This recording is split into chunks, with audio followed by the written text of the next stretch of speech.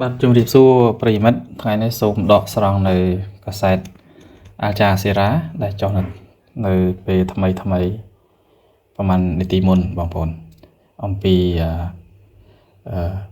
គ្រោះថ្នាក់នៃការរញ្ជួយដីនៅប្រទេសជប៉ុនអញ្ចឹងសូមធ្វើការបកប្រែដើម្បីបានជាព័ត៌មានបន្ទាន់ទាំងអស់គ្នាបាទដូចជាផេះភ្លើងធ្លាក់បាទទិដ្ឋភាពក្នុងផ្សារអេអនបន្ទាប់ពីរញ្ជួយដីនៅជប៉ុននេះជាចំណងជើងអត្ថបទអញ្ចឹងបងប្អូនអាចមើលបន្ថែម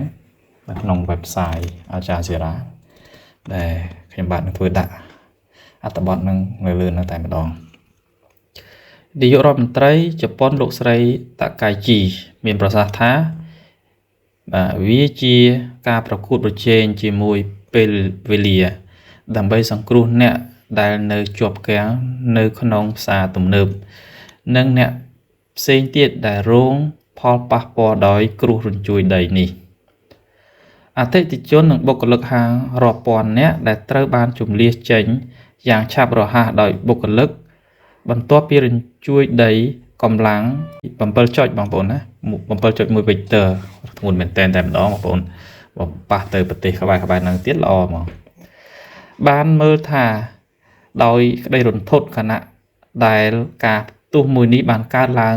តាមបណ្ដាផ្សារទំនើបអេអនក្នុងខេត្តគូម៉ាម៉ូតូដោយបានធ្វើឲ្យធ្លាក់ធ្នឹមដែកនិងខ្ទាតអំបែងពាសពេញចំណតរថយន្តបាទហើយកម្មករនៅក្នុងនិងជុំវិញមជ្ឈមណ្ឌលផ្សារទំនើបដ៏ធំបំផុតមួយនៅភាគខាងត្បូងប្រទេសជប៉ុនបានពិពណ៌នាអំពីការដួលរលំទៅលើដីនឹងត្រូវបានគ្របដណ្ដប់ដោយពពកធូលីយ៉ាងខ្លាំងដោយសារការផ្ទុះដែលបានកើតឡើងបន្ទាប់ពីរញ្ជួយដីដ៏ខ្លាំងក្លានៅថ្ងៃអង្គារនេះបាទលោកតាកាតេរូសូណនដាអាយុ41ឆ្នាំ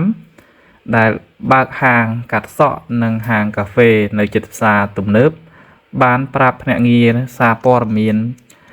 GG Press បាទថាខ្ញុំគិតថាមានគ្រាប់បែកទុះឡើងបាទក៏គិតថាគ្រាប់បែកទុះឡើងមានមនុស្សស្រែកប្រាប់អ្នកដទៃឲ្យជម្លៀសចេញហើយសំឡេងស៊ីរ៉ែនបានបន្លឺឡើង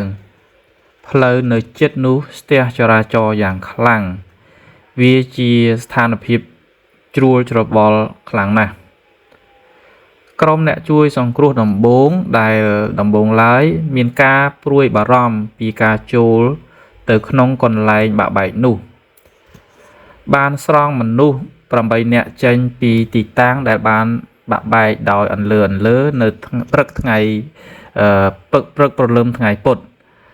ដោយក្នុងនោះ3នាក់បានស្លាប់បាត់ទៅហើយក្រុមហ៊ុនអេអន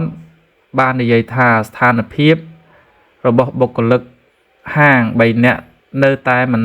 ទាន់បានដឹងនៅឡើយ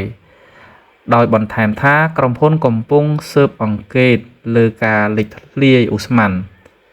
ដែលអាចជាមូលហេតុអាចកើតមានការផ្ទុះនេះឡើងនាយករដ្ឋមន្ត្រីជប៉ុនលោកស្រីសាណាអេតាកៃឈីបានប្រាប់កាលពីថ្ងៃពុធថាវាជាការប្រកួតប្រជែងជាមួយពេលវេលាដើម្បីសង្គ្រោះអ្នកដែលជាប់នៅក្នុងផ្សារទំនើបនិងអ្នកផ្សេងទៀតដែលរងផលប៉ះពាល់ដោយគ្រោះរញ្ជួយដីនេះទាហានប្រមាណ170នាក់ត្រូវបានដាក់ពង្រាយដើម្បីជួយដល់ប្រតិបត្តិការសង្គ្រោះនៅទីតាំងកើតហេតុនេះម្ចាស់ហាងកាហ្វេឆ្មាបាននិយាយបាទមានម្ចាស់ហាងកាហ្វេឆ្មាមួយបាននិយាយដែរចឹងកន្លែងនេះមានហាងសម្រាប់ឆ្មាដែរមកនៅក្នុងការបង្ហោះលើបណ្ដាញសង្គមដោយថ្លែងអំណរអគុណដល់ក្រុមអ្នកជួយសង្គ្រោះថាឆ្មាទាំង25ក្បាលដែលត្រូវបានទុកចោលនៅក្នុងហាងកាហ្វេឆ្មាកំពុងតែជម្លៀសចេញយ៉ាងប្រញាប់ប្រញាល់បាទត្រូវបានសង្គ្រោះកាលពីថ្ងៃពុធនេះម្ចាស់ផ្សារទំនើបអេអនទើបតែបាន បើកដំណើរការឡើងវិញកាលពីខែមុនដោយសារសមាសភាពផ្សារទំនើបនិង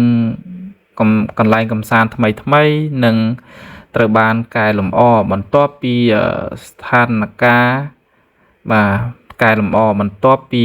ការស្ដារឡើងវិញពីគ្រោះរញ្ជួយដីដ៏ប្រឡាយមួយទៀតកាលពីសតវត្សមុនណាចឹងគេបានកែប្រែថ្មីថែមកាលពីមុនមកវាមានគ្រោះរញ្ជួយដីខ្លាំងដែរ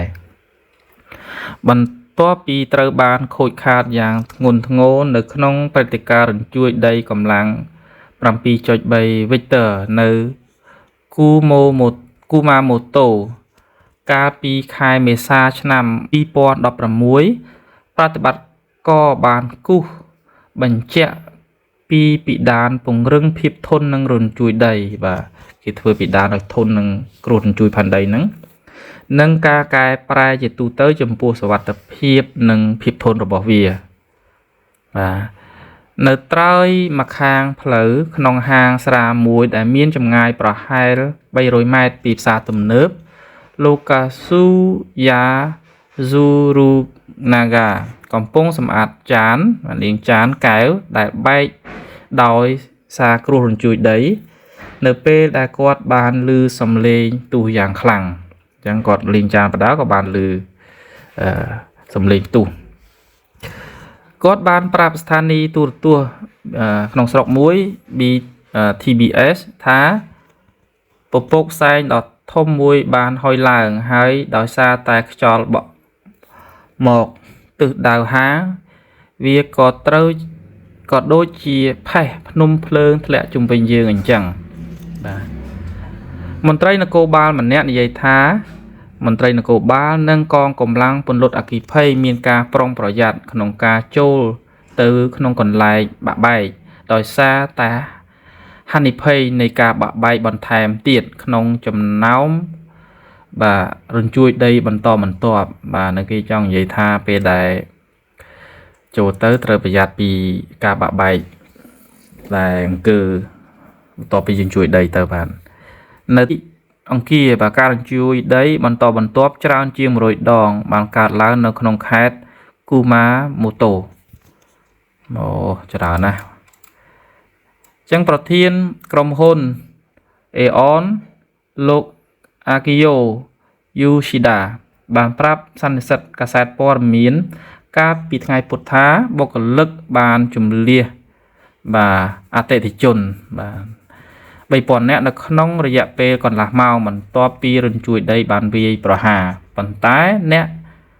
มันមានសំណាងមួយចំនួនតូចនៅក្នុងនៅឡើយនៅពេលដែល50នាទីក្រោយមកការផ្ទុះបានកើតឡើងទៀតបាទលោកយូស៊ីដាលោកបាននិយាយថាយើងបានបញ្ជាក់ថាអតិថិជនទាំងអស់ត្រូវបានជម្លៀសចេញហើយយើងជឿថាបុគ្គលិកក៏ត្រូវបានជម្លៀសចេញដែរប៉ុន្តែក្រោយមកវាបានបង្ហាញថាមានមនុស្សមួយចំនួននៅតែស្ថិតនៅក្នុងហាងនៅឡើយឬបានត្រឡប់ចូលវិញដោយហេតុណាមួយ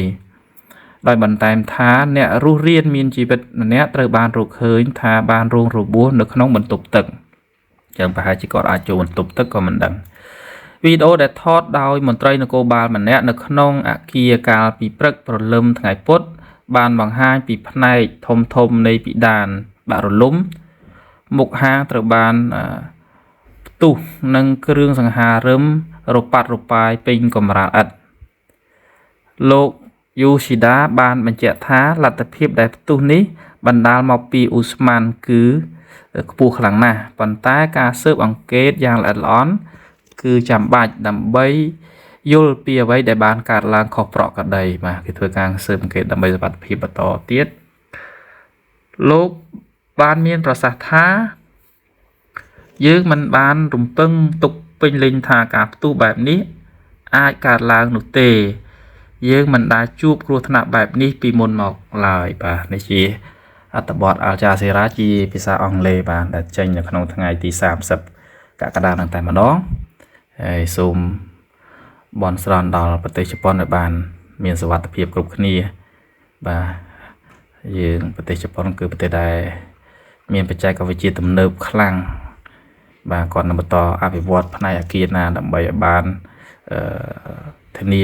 មិនឲ្យបាក់ខ្លាំងនៅពេលដែលរញ្ជួសដីកម្រិតខ្ពស់បាទអរគុណច្រើនប្រិយមិត្តសូម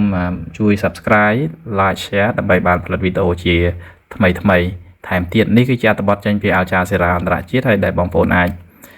មើលបានបាទនៅក្នុងហ្នឹងវាយទៅ Al Jazeera ភាសាអង់គ្លេសបាទអរគុណជម្រាបលា